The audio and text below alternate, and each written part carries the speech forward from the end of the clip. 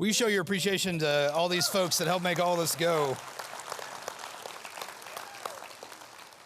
My name's Will. I'm one of the pastors here, and we have a problem, thank you. We have a problem, which is our church is growing. And that means we need your help. So everything that you've seen going on here with our kids and our youth ministries, this large group of kindergartners, this large group of sixth graders going into the youth group, we've got an amazing team that helps run all of these things. And this team is busting at the seams with new kids. And so if you are looking for a great way to get involved in our church, if you would like to come alongside some of these younger friends, whether in our children's ministry, if you just want to hold a baby in the nursery, or if you're like, nah, man, whitewater rafting is where it's at for me. We could use your help. And so you're going to hear more in a few weeks about specific opportunities with our fall launch. But this morning or anytime at powellchurch.com, you can find our Connect card. If you are feeling led to help serve in our children's ministry or our youth ministry, powellchurch.com, our Connect card, there's places where you can mark children's ministry or youth ministry, and our folks will get in touch with you. We are thrilled with what God is doing in our midst, and we would love for you to be a part of it as well. Now, this morning, I want to ask you to do something with me, which is turn to your neighbor or turn to somebody, a group of neighbors that you're with. Turn to your neighbor, and on the count of 3, make the face that you make when you don't get your way all the time. Ready? 1, 2, 3.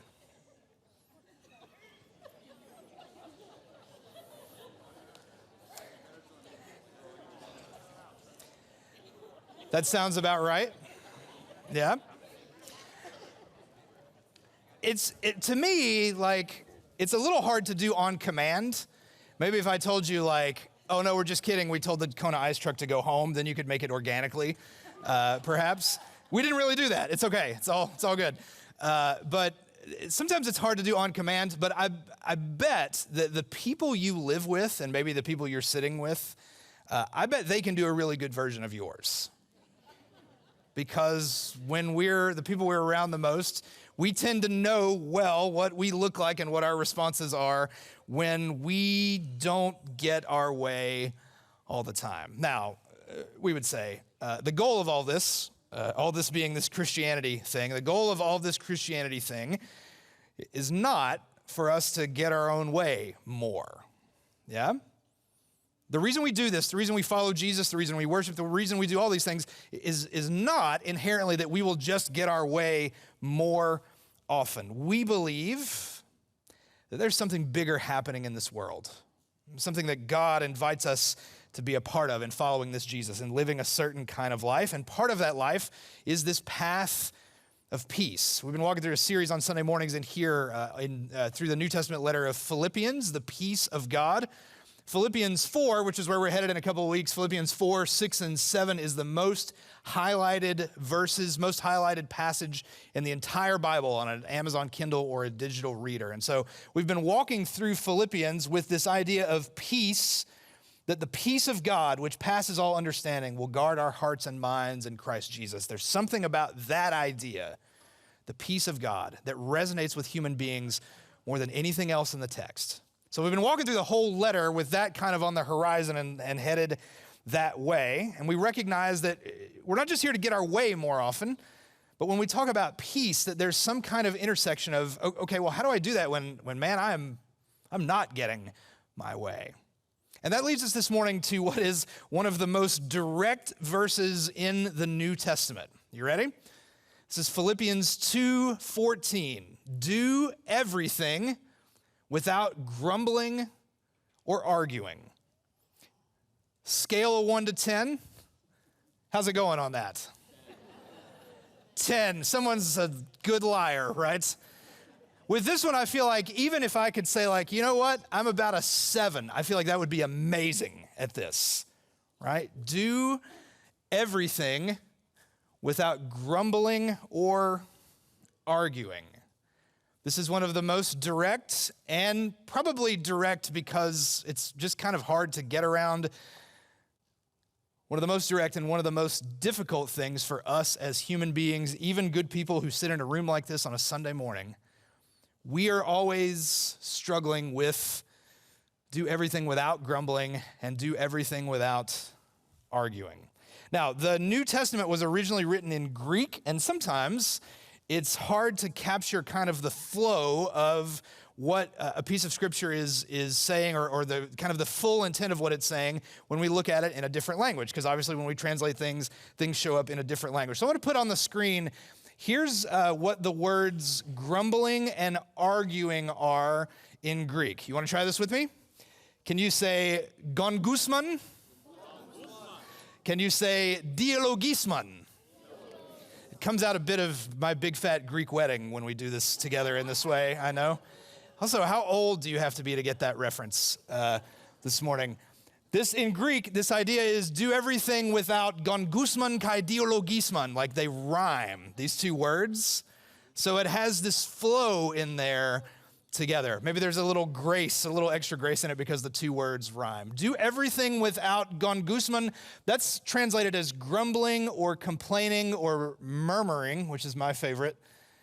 And dialogisman, you can see kind of the root of the word dialogue in there, but this is dialogue that has taken a turn. This is not healthy, good dialogue. This is a word that's translated as arguing or really to dispute something. One of the Greek lexicons that I worked with talks about this idea that the first one, gongusman, do everything without grumbling or everything without complaining. The first one is kind of a moral rebellion. I don't want to do this. I don't like this. It's hot outside, all that stuff. But the second one is more of an intellectual rebellion. It's the second guessing nature, which is how this passage is translated in the Message to say, not only no bickering, but no second guessing. The kind of complaining that comes from us saying, this guy in charge, are we sure he's making good decisions?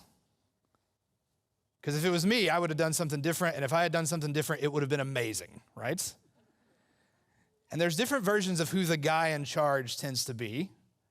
And maybe you're a person who tends not to have a problem with complaining or second-guessing God. Maybe we think of ourselves that way, that, I don't really complain to God a lot, and I would never second-guess God. But the truth about being a person is that even if we don't do that outwardly toward God, the more we do that in all of our other relationships, the more we live in spaces where we just complain and argue and murmur all the time, and especially I think the more we live in spaces where we think in other areas, that guy don't know what he's doing. This person in charge of me, they don't know what they're doing. This person who has any kind of authority or power over me is an idiot, and they don't know what they're talking about. The more we live in that space, sooner or later, we're going to find that space being shifted onto God if we're not careful. There's this idea in this text that calls back to the Old Testament. One of the Morna Hooker, who wrote this great commentary on Philippians, says this idea of don't complain and don't argue, don't bicker and don't second guess, really calls back to the Israelites wandering through the wilderness.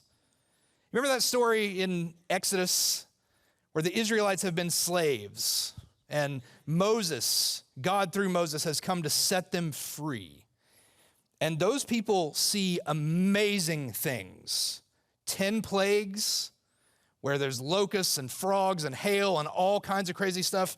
Then when Pharaoh lets them go and decides to chase after them, they come to the Red Sea and the Red Sea parts and they walk across on dry ground.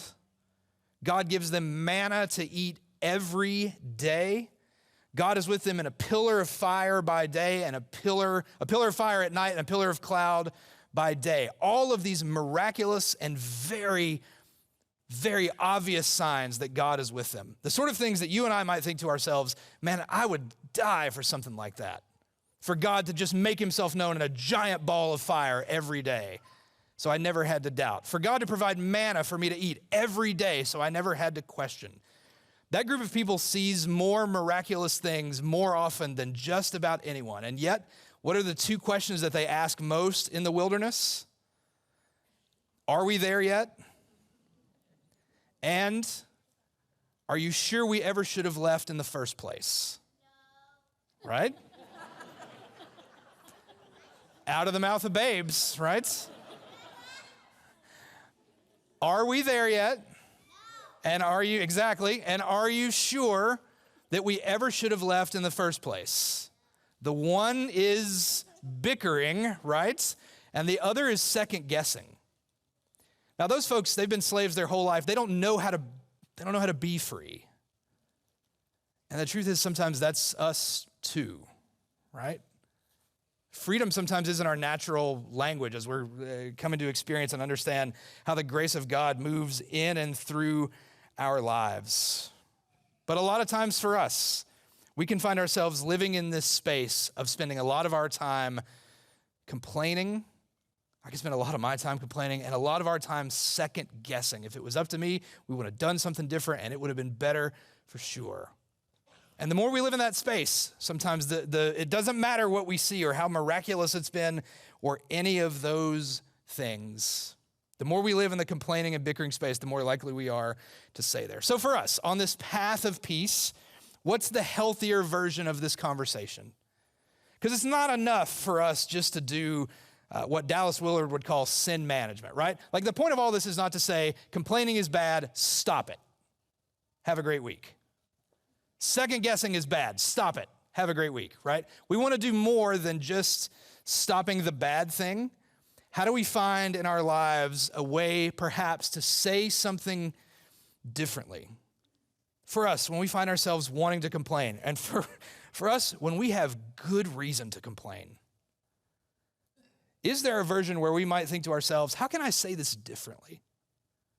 Instead of just falling into the same old trap over and over of complaining and leads to bickering and murmuring and all that stuff, what's a healthy version of this truth? What's a healthy version of a true and real complaint?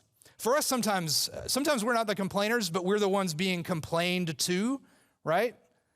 That people bring to us their stuff and their needs, and it can just kind of sound all kind of the same way. If you're the one being complained to, is there a way we might slip in there some way to say, how can we say this differently? What's a healthier way of saying, man, I lament that hard situation, but how can we say it differently? And then two, is there a version of this that we might need to say out loud? When it comes to second guessing, part of the path of peace is being groups of people who encourage each other instead of just constantly listening to second guessing behind backs to say, have you considered talking to that person about this? Sometimes the most powerful things that Jesus calls us to do are the simplest, but also the most difficult. Just to go and sit down and talk to somebody to say, hey, these choices that are being made, help me understand them. Help me know why and how this moves in and through and affects my life. And we don't do any of this because we're just by default trying to get our own way more often. We understand and believe that there is something bigger than all of us going on. But a key part of this path of peace is finding ourselves living less often in this space where we say all the time, you know what, I'm just complaining, I'm just arguing, I'm just bickering, I'm just second guessing all the time.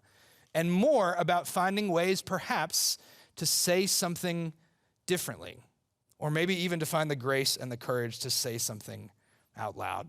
This whole passage ends in this space in the Message in Philippians 2 in verse 15. Eugene Peterson says it this way, that when we do everything without complaining and arguing, without second guessing and bickering, that we provide people with a glimpse of good living and of the living God.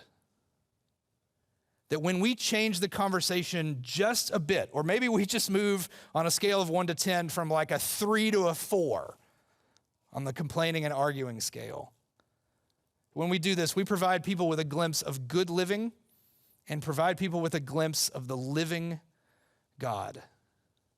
Because ours is a God who still does amazing, miraculous things all around us, who still provides for us. Give us this day our daily bread, each day when we need it. Ours is a God who invites us into something bigger. And the truth is, living a life that is less in a complaining space and less in an argumentative space, in today's world especially, that is a radical life. That is a life that stands out. That is a life that helps people connect with a good living and a glimpse of the living God. So whatever kind of face we make or wherever we find ourselves on that scale, when we find ourselves complaining or being complained to, second guessing or being second guessed to, or even being second guessed ourselves, is there a version of this that we might simply say differently? to still contain the truth that we need to say with a little more grace. And may we find even in some spaces the idea that God is calling us maybe to say some things to the person in a kind and grace-filled way instead of constantly second-guessing behind everyone's back. The path of peace is not easy, but God gives us grace for each one of these moments and each one of these interactions that we might live in slow, small steps an even more radical way.